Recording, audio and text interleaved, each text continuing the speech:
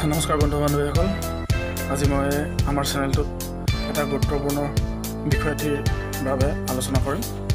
তো তেনেহ'লে ভিডিঅ'টো আৰম্ভ কৰিম বলক। এতিয়া অসমত যে আমেৰিকান সোৱাইন ফিভাৰ যিটো গাহৰিৰ বেমাৰ আহিছে, এই গাহৰিৰ বেমাৰটোৱে অসমৰ প্ৰায়বিলাক গাহৰি বৰ্তমান মৃত্যুমুখত পেলাইছে আৰু তথা বচা যিখিনি আছিলে সেইবিলাকো মানুহবিলাকে ঘৰতে কাটি মাৰি কম দামতে বিক্ৰী কৰি শেষ কৰি দিছে। তো মোৰ এতিয়া মেইন প্ৰশ্নটো হৈছে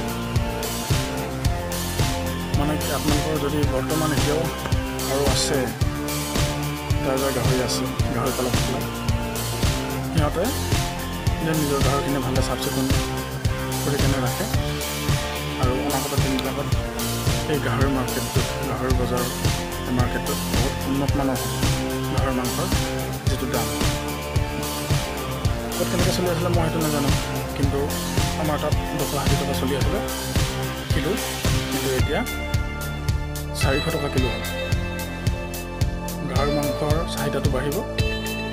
তো সেইকাৰণে মই এটা বিনম্ৰ অনুৰোধ আপোনালোকলৈ, যদি আপোনালোকৰ ঘৰত এতিয়াও আছে গাহৰি, তো সিহঁতক ভালদৰে যত্ন কৰি